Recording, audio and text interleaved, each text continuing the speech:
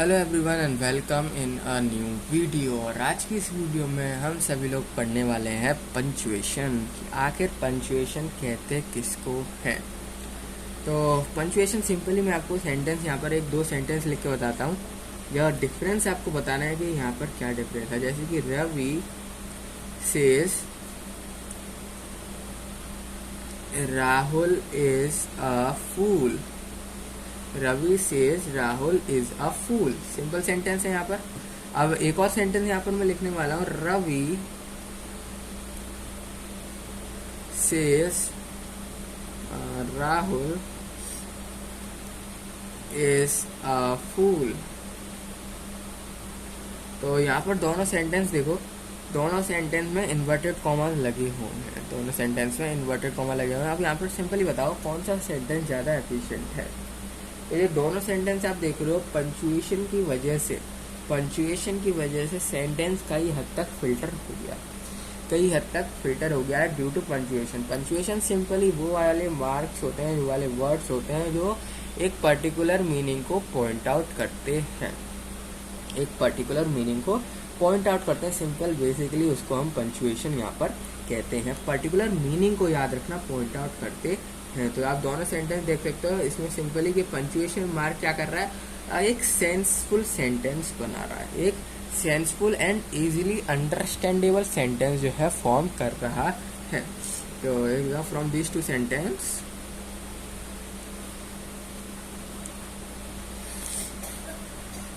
it is clear that punctuation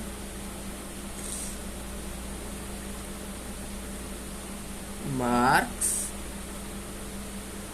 may alter the sense of a sentence।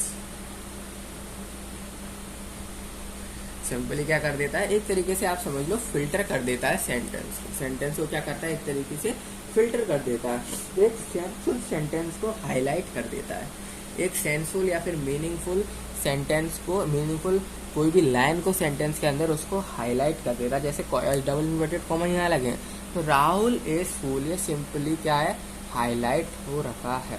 ये simply यहाँ पर क्या हो रखा है, हाईलाइट हो रखा है, जो कि बहुत ज़्यादा इसको क्या कर रहा है, सिंपली मीनिंगफुल बता रहा है हमको। सीधा हमको यहाँ पर समझ में आ रहा है कि राहुल बेवकूफ है। ठीक है, तो पंचुएशन का काम ही यही होता है, सेंटेंसेस को हाईलाइट करना। सेंटेंस के अंदर जो लाइन है, जो वर्ड्स हैं, उनको हाईलाइट करना। अगर मैं डेफिनेशन की बात करूँ, एकदम सिंपल बेसिक डेफिनेशन, तो punctuation is used to show clearly the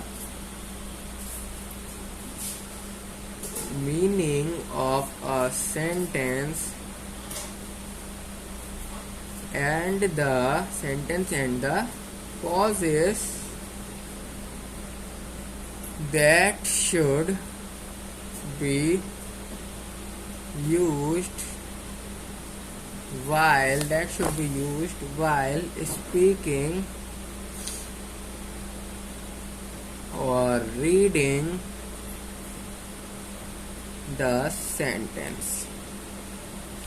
simple line लिखी मैंने। पंचुएशन हमारे सिंपली क्या करते हैं, वो क्लियरली शो कर देते हैं मीनिंग सेंटेंस का। सेंटेंस बहुत बड़ा अगर आपका सेंटेंस लिखा हुआ है, उसमें अगर आपके पंचुएशन लगे हुए हैं, तो सिंपली वो क्या कर देगा, उस चीज को हाईलाइट कर देगा एंड मीनिंग को डायरेक्ट शो कर देगा। पूरे सेंटेंस के मीनिंग को डायरेक्ट शो कर देगा, बिकॉज क्यों, वो हाईलाइट हो जाता है। क्योंकि पंचुएशन की मदद से हम क्या कर देते हैं, उस चीज को हाईलाइट कर देते हैं। पंचुएशन की मदद से वो चीज जो है हमारी सिंपली हाईलाइट हो जाती है, एम्फेसाइज हो जाती है। मीनिंग जो है आपकी वो सिंपली एम्फेसाइज हो जाती है। It emphasize the meaning of a sentence। It emphasize the meaning of the sentence। Simply sentence के मीनिंग को डायरेक्टली एम्फेसाइज कर देता है, यानी कि सीधा हमको बता देता है सेंटेंस का मीनिंग। और कौन कौन से पंचुएशन होते हैं उसकी बात कर लेते हैं। तो पंचुएशन ना कई तरह के होते हैं, कई तरह के पंचुएशन होते हैं। पर किसी भी सेंटेंस को रोकने के लिए, जैसे कि यहाँ पर हमने पंचुएशन का मतलब ही क्या था, वहाँ पर फुल स्टॉप टाइप लगा देता है, यानी कि ब्रेक लगा देता है। वहाँ पर पंचुएशन जहाँ भी लगता है वहाँ पर सेंटेंस पे लग जाता है ब्रेक, जिससे जहाँ पर भी ब्रेक लगता है ना, उस सेंटेंस वो वाला वर्ड जो है आपका हाईलाइट हो जाता है। तो हम बात करने वाले हैं उन सेंटेंसेस के बारे में जो कि स्टॉप कर देते हैं राइटिंग को, यानी कि स्टॉप कर देते हैं रीडिंग को। पढ़ते समय हमको जहाँ रुकना चाहिए, पढ़ते समय जहाँ हमको रुकना चाहिए, लिखते समय जहाँ पर हमको एक बार देखना चाहिए, अच्छा यहाँ पर ये चीज़ आनी चाहिए, यहाँ पर ये वाला पंचुएशन आना चाहिए, यहाँ पर ये वाला पंचुएशन आना चाहिए। मतलब पंचुएशन कहाँ पर कहाँ कौन कौन से आने चाहिए वो देखने वाले हैं। तो सिंपली हम क्या देखने वाले हैं, punctuation is the right use of various stops in writing। कहाँ पर हमको रुकना चाहिए, पंचुएशन लगाना चाहिए, वो हम देखने वाले हैं। तो फर्स्ट ऑफ ऑल जो आपको पंचुएशन मार्क होता है ना, ये कई तरह के होते हैं, एक तरह के नहीं है, कई तरह के होते हैं। जैसे कि एग्जांपल समझो, full stop, full stop, full stop के बाद क्या आता है हमारा कॉमा। कॉमा को कुछ इस तरीके से रिप्रेजेंट किया जाता है। और क्या सकता है, inverted comma, inverted comma. Simply क्या होते हैं, दो दो लगे रहते हैं, ठीक है, दो दो लगे रहते हैं, इसके बीच में हम सेंटेंस को लिखते हैं जो कि हमें ज़्यादा ही हाईलाइट करना हो। इन सबको अभी समझेंगे आगे कहाँ कौन कौन सी चीज़ें यूज़ की जाती हैं, ठीक है। इसके बाद आता है हमारा एक्सक्लेमेटरी या एक्सक्लेमेशन मार्क कह दो, ठीक है। इसके बाद आता है हमारा साइन ऑफ इंटेरोगेशन या फिर इंटेरोगेटिव साइन बोल दो, ठीक है। इंटेरोगेशन, साइन ऑफ इंटेरोगेशन यानी कि क्वेश्चन मार्क। और कौन सा होता है हमारा, एपोस्ट्रॉफी, एपोस्ट्रॉफी। तो ये भी जो है हम यहाँ पर यूज करते हैं, एपोस्ट्रॉफी। तो ये कुछ बेसिक तरह के हमारे यहाँ पर पंचुएशन होते हैं जो हम सेंटेंस में यूज़ करते हैं। हम एक एक करके इनको एक्सप्लेन करता हूँ, मैं बताता हूँ आपको कि ये वाले सारे पंचुएशन मार्क कहाँ पर यूज़ होते हैं और किस तरीके से कैसे यूज़ करना है। फर्स्ट ऑफ ऑल हम बात करते हैं फुल स्टॉप के बारे में। फुल स्टॉप, तो फुल स्टॉप पे आते हैं। तो फुल स्टॉप कहाँ पर यूज़ किया जाता है, ये सिंपली इंडिकेट करता है लार्ज सेंटेंस के पॉज को। ये क्या करता है, इंडिकेट करता है लार्ज सेंटेंस के पॉज को। मतलब ये आपका एक सेंटेंस है, चलता हुआ आ रहा है, ठीक है, बहुत लंबा सा लिख दिया, अब फुल स्टॉप दिख गया, तो सिंपली ये बताता है कि एक बड़ा सेंटेंस यहाँ पर खत्म हो गया, एक बड़ा सा सेंटेंस यहाँ पर खत्म हो गया है, आपको थोड़ा ब्रेक लो, थोड़ा सा सांस लो। तो ये सिंपली क्या बताता है, the full stop indicate the longest pause। ये क्या इंडिकेट करता है, लॉन्गेस्ट पॉज को, यानी सेंटेंस ज़्यादा लंबा चलता हुआ आ रहा है तो उसको रोकने के लिए हम फुल स्टॉप लगाते हैं। लॉन्गेस्ट पॉज को ये इंडिकेट करता है, ठीक है। तो लॉन्गेस्ट पॉज को सिंपली इंडिकेट करता है, और ये हमेशा वहाँ पर यूज़ किया जाता है जहाँ पर एजर्सिव या फिर इम्पेरेटिव सेंटेंस हो। लास्ट में उस सेंटेंस के एजर्सिव या इम्पेरेटिव टाइप के वर्ड्स आने चाहिए, एजर्सिव या फिर इम्पेरेटिव टाइप के वर्ड्स आने चाहिए। वहाँ पर आप सिंपली इसको रोक सकते हो, ब्रेक लगा सकते हो। Pause and it should be used at the end of an assertive or imperative sentence। assertive और imperative sentence जो है, ये वाले वर्ड्स जो हैं जो इनको डिनोट करते हैं, इनके लिए होते हैं assertive और imperative वर्ड्स जो होते हैं वो आपको सिंपली यूज लास्ट में आने चाहिए, फुल स्टॉप के पहले, एंड फुल स्टॉप जो है इनके इन वर्ड्स के बाद में आना चाहिए। सेकंड आता है हमारे पास कॉमा, दी कॉमा। इस तरीके से डॉट लगा के बस नीचे से एक लाइन खींचनी होती है, कर्व लाइन खींचनी होती है, कॉमा को इंडिकेट करता है। फुल स्टॉप क्या होता है, डॉट खाली। अब कॉमा का क्या यूज होता है, ये इंडिकेट करता है एक शॉर्ट पॉज को, यानी कि एक थोड़ा सा समय लो, एक शॉर्ट पॉज को इंडिकेट करता है कॉमा। यानी कि ज्यादा लंबा नहीं, जब ज्यादा लंबे सेंटेंस को पॉज देना होता है तो फुल स्टॉप का यूज किया जाता है, पर छोटे से सेंटेंस को देना है हमें पॉज, देन हम यूज करते हैं कॉमा। जैसे कि कई सारे नाम लेने, आयुष, राहुल, नितिन एंड यश, ठीक है। तो जो कॉमा है ना, यहाँ सिंपली इन तीनों को डिफरेंशिएट करता है, एक शॉर्ट पॉज को रिप्रेजेंट करता है। जैसे कि आयुष, राहुल, ये क्या है, आयुष, राहुल, नितिन, सिंपली कॉमा से हम इनको रिप्रेजेंट करेंगे, कॉमा से इनको डिफरेंशिएट करेंगे। जैसे कि आयुष, राहुल, नितिन, सिंपली इनको हम कॉमा से रिप्रेजेंट करेंगे, यहाँ पर हमको शॉर्ट पॉज लेना है, जहाँ पर आपको शॉर्ट पॉज लेना हो, हम यहाँ पर जो है कॉमा का इस्तेमाल करते हैं। हम जो है किसका इस्तेमाल करते हैं, कॉमा का इस्तेमाल करते हैं। जैसे कि कॉमा का तो इस्तेमाल कर रहे हैं, पर मैं इसको एक बार आपको डेफिनेशन जो है इसकी यहाँ पर लिख के बताता हूँ। जैसे कि the comma indicate, INDICATES, indicates the shortest pause in a sentence। Simply ये शॉर्ट पॉज को इंडिकेट करता है कॉमा, ठीक है। जहाँ कॉमा लग जाए सिंपली समझ जाओ, शॉर्ट पॉज लेना है, ज्यादा लंबा गैप नहीं देना है मेरे को, शॉर्टली रुकना है। अब रुक जाओ, ठीक है, सांस वगैरह, मतलब कॉमा लेके आप डिफरेंशिएट कर सकते हो, शॉर्ट पॉज ले सकते हो, ठीक है। अब कहीं आपके जैसे एग्जांपल हो गया यहाँ पर फ्रूट वगैरह, या फिर एक और एग्जांपल लेते हैं, जैसे कि Delhi, Kolkata, Hyderabad and Chennai are metropolitan cities.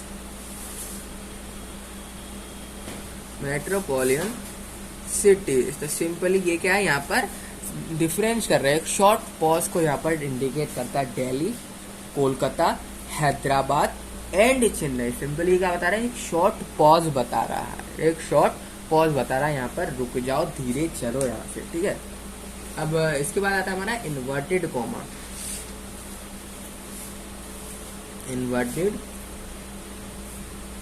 Commas.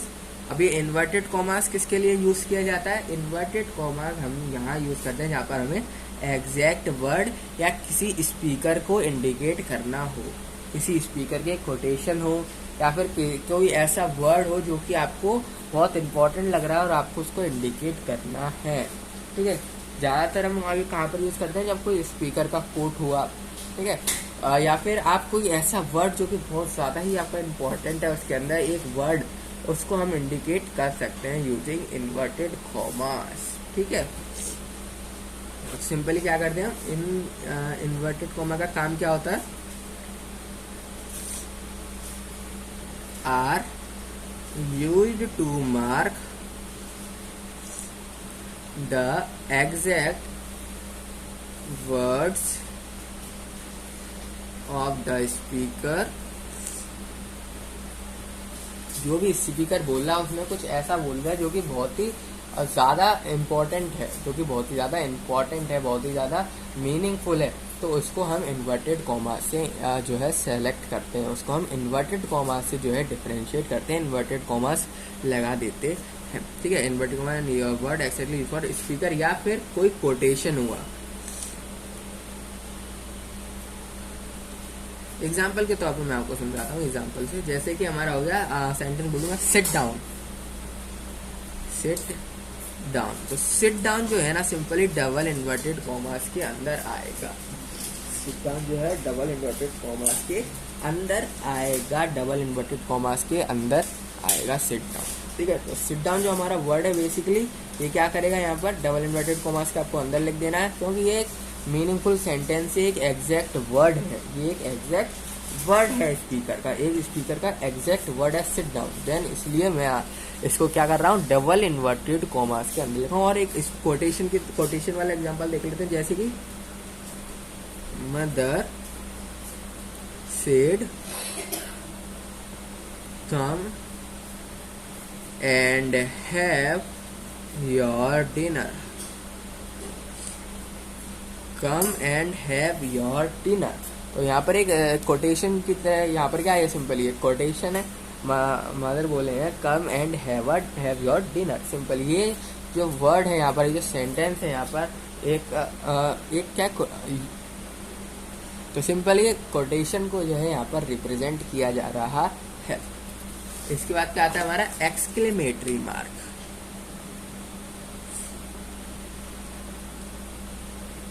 या एक्सक्लेमेशन मार्क। एक्सक्लेमेशन मार्क इस तरीके से डिनोट किया जाता है। ये कहाँ पर हम यूज करते हैं? एक्सक्लेमेशन मार्क वो साइन होते हैं जो कि किसी भी एक्सक्लेमेटरी फेज को या फिर किसी इंटरजेक्शन को या फिर किसी सेंटेंस में जो हमको एक ऐसा वर्ड लगे जो कि क्या कर रहा है, पूरे सेंटेंस को इम्पैक्ट कर रहा है, पूरे सेंटेंस को इम्पैक्ट कर रहा है, वहां पर हम एक्सक्लेमेटरी साइन को यूज करते हैं। तो जो हमारा the sign of exclamation is used after interjection, या तो एक्सक्लेमेटरी कोई फेज हो आपका,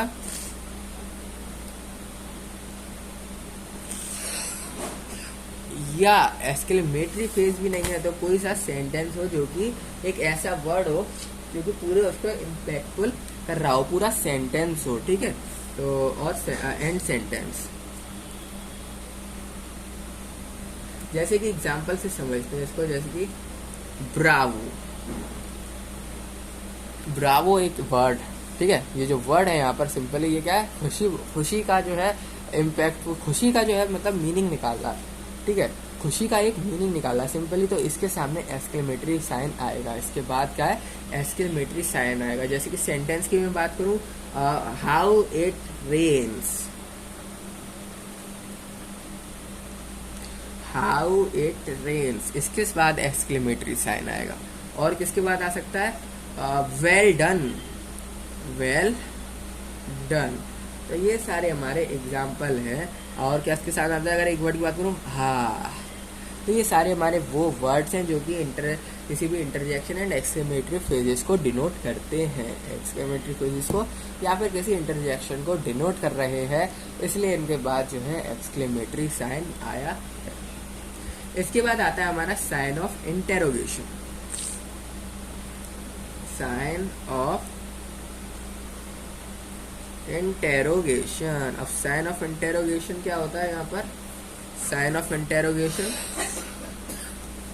जैसे कि यहाँ पर हो गया एग्जाम्पल, एग्जाम्पल समझाते हैं। साइन ऑफ इंटेरोगेशन बेसिकली यही, जब आप किसी क्वेश्चन पुटअप कर रहे हो, जब आप सिंपली क्या कर रहे हो, क्वेश्चन को पुटअप कर रहे हो, तो आप ये यूज करते हो, ठीक है। जब हम क्या करते हैं, सीधा डायरेक्ट क्वेश्चन को पुटअप करते हैं, यानी कि the sign of interrogation is used to mark direct question। जब हम क्या यूज करते हैं, साइन ऑफ इंटेरोगेशन। जैसे कि एग्जांपल देखते हैं, एग्जांपल है हमारा what do you want, तुमको क्या चाहिए, what do you want, तुमको क्या चाहिए। और क्या एग्जाम्पल इसका हो सकता है, हाँ, Ayush asked if I have visited Qutub Minar. Ayush asked if I have visited Qutub Minar. तो सिंपली ये क्या है, एक क्वेश्चन पुटअप कर रहा है कि क्या तुमने कुतुब मीनार देखा है। आयुष पूछ रहा है कि क्या तुमने कुतुब मीनार देखा है, क्या तुमने कुतुब मीनार को देखा है। तो इसका जवाब देना है, बस सिंपली क्या करें, क्वेश्चन पुटअप करा। तो इसलिए ये हमारा इंटरोगेटिव के अंदर आता है, ठीक है। और लास्ट बचता हमारा वो होता है अपोस्ट्रोफी। The apostrophe. अब ये एपोस्ट्रॉफी हम कहाँ यूज करते हैं? एपोस्ट्रॉफी हम यूज करते हैं जब हम किसी कोई पैशन को बता रहे हो, कोई पोजेशन को बता रहे हो, किसी पोजेशन को बता रहे हो तो हम एक्सक्लेमेटरी यूज करते हैं। कोई पोजेशन को बता रहे हो मतलब किसी वर्ड्स को हम इंडिकेट कर रहे हो, जैसे कि सिंपली यहाँ लिख दें, the apostrophe is used to show possession. Example क्या होगा? एग्जाम्पल इसके जैसे कि होगा द बॉयज फादर। और क्या एग्जाम्पल हो गया? द बॉयज फादर के बाद क्या होगा? Sandeep pen. Priyanka's lunch box. तो ये सारे जो है हमारे एपोस्ट्रॉफी के एग्जाम्पल हो गए। जब हम किसी पोजेशन को इंडिकेट करते हैं तो हम यहाँ पर एपोस्ट्रॉफी यूज करते हैं। ठीक है, तो एपोस्ट्रॉफी के बारे में आपको यहाँ पर क्लियर हो गया। पंचुएशन के बारे में आई होप आप सभी लोगों को पूरा क्लियर हो गया होगा। तो इस वीडियो में इतना ही, मिलते हैं आप सभी लोगों से नेक्स्ट वीडियो में।